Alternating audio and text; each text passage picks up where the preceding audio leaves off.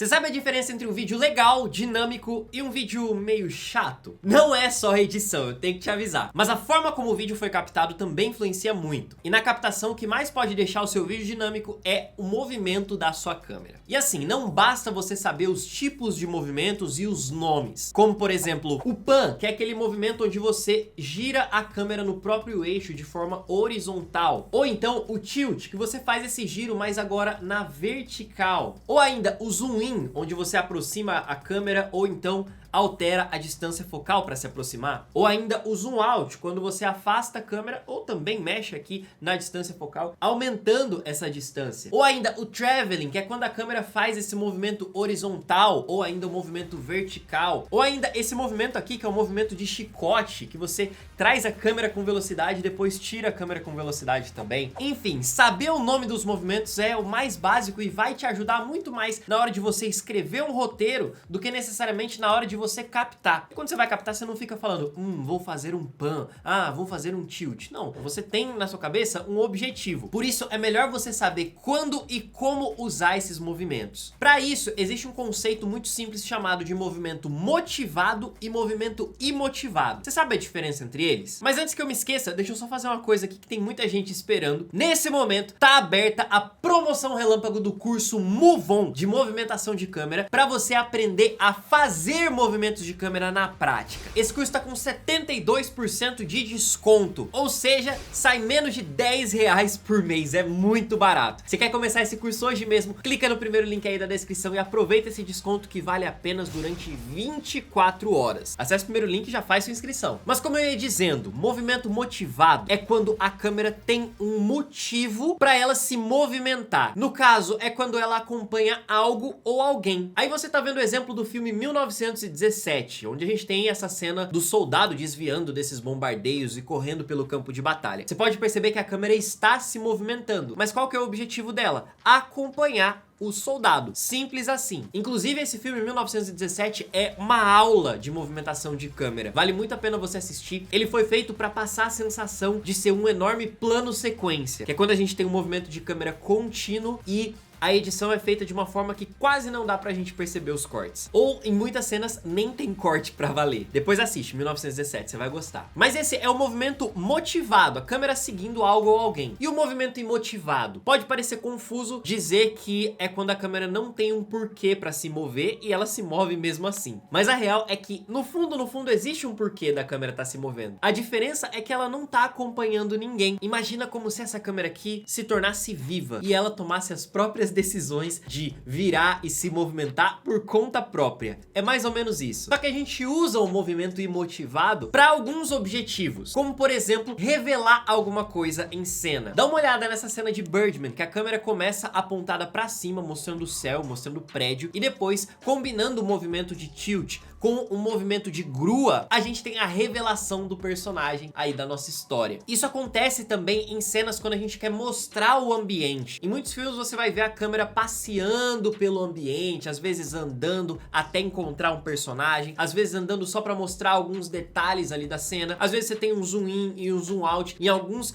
detalhes, né, do próprio ambiente. Ou pra ficar mais fácil, você pode lembrar daqueles vídeos de casamento antigaços, onde era um clássico, o cinegrafista com aquela câmera gigante no ombro, fazer um pan pra mostrar todo o ambiente, né? Ele ia girando a câmera assim. Hoje em dia a gente já não usa muito esse tipo de take, mas é um clássico também. Não tem por que a câmera se mexer, a não ser o fato de estar mostrando o ambiente, certo? Por isso é um movimento imotivado. Outro objetivo do movimento imotivado pode ser criar tensão. Dá uma olhada nesse exemplo aí do filme Tubarão. O nome desse movimento é vértigo e se tornou muito célebre por se tratar de um movimento fácil de ser executado, mas que dá um resultado muito legal. Você vê esse paralaxe ali do fundo, né? Onde a câmera tá se aproximando do personagem, mas o fundo parece que tá se distanciando. Cara, isso é muito legal. E pra que serve esse movimento? Pra criar tensão, apenas pra isso, né? São sempre em momentos ali de extrema tensão que a gente quer passar pra pessoa que tá assistindo. Você sabia que é facinho de fazer esse movimento de verdade? É muito simples. Eu tô aqui com uma lente zoom que é mais fácil de usar pra isso, e você vai fazer o seguinte, você vai fechar bastante essa lente, né? No caso, aumentar bem a milimetragem dela, dá bastante zoom. Essa daqui é uma lente 70-16, eu coloquei aqui em 70. E aí, eu vou apontar pra pessoa ou pro objeto que eu quero criar o efeito, e conforme eu vou aproximando a câmera, eu vou diminuindo a distância focal focal, ou seja, eu vou girando o anel de zoom aqui para tirar esse zoom. E aí, se você faz esse movimento com velocidade, né, de você aproximar e tirar o zoom, você vai ter esse efeito do vértigo super bacana. Bom, mas você não precisa separar esses movimentos,